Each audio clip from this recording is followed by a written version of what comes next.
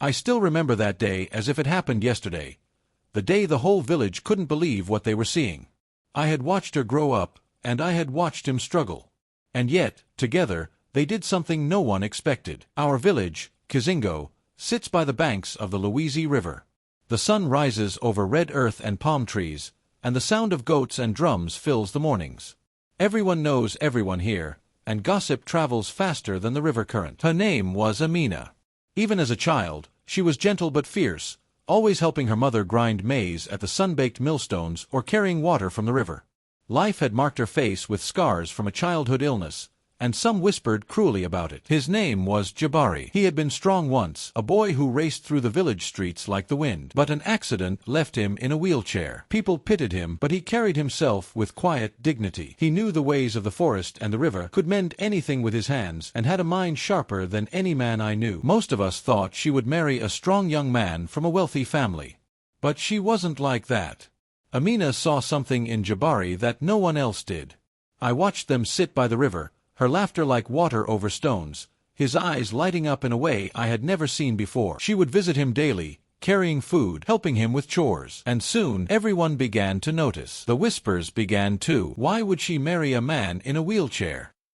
He cannot provide for her. What will they eat? When Amina announced she would marry him, the village erupted. Family elders scolded her, friends laughed. Even strangers visiting from nearby towns whispered and shook their heads. They said she had lost her mind, that she would suffer, that she had no future with him. But she didn't listen. She stood proud in her brightly dyed wrapper, head high, braids neat, eyes unflinching. Jabari sat beside her, quiet but strong, rolling his wheelchair forward with the patience of a river carving through stone. There was dignity in that silence that made some of us pause. The wedding day was unlike anything our village had seen. Simple decorations of palm fronds, dried flowers, and carved wooden seats. Elders murmured their disapproval, and some guests barely hid their smirks. But there was also magic in the air, the smell of roasted goat, the rhythm of drums, the songs of women dancing. When they exchanged vows, it wasn't wealth, strength, or beauty they promised. It was love, trust, and partnership. And for a moment, everyone fell silent, caught between disbelief and awe. I watched as they settled into their life. Jabari adapted his wheelchair to work in the forest and fields. Amina built a small business making woven baskets and selling them at the market. They were poor by material standards,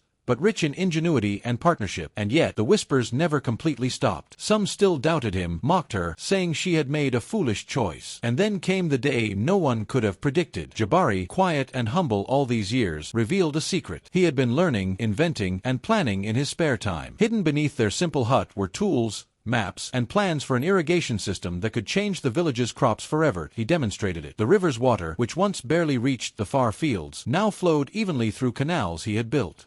Crops that used to fail thrived. The villagers gasped.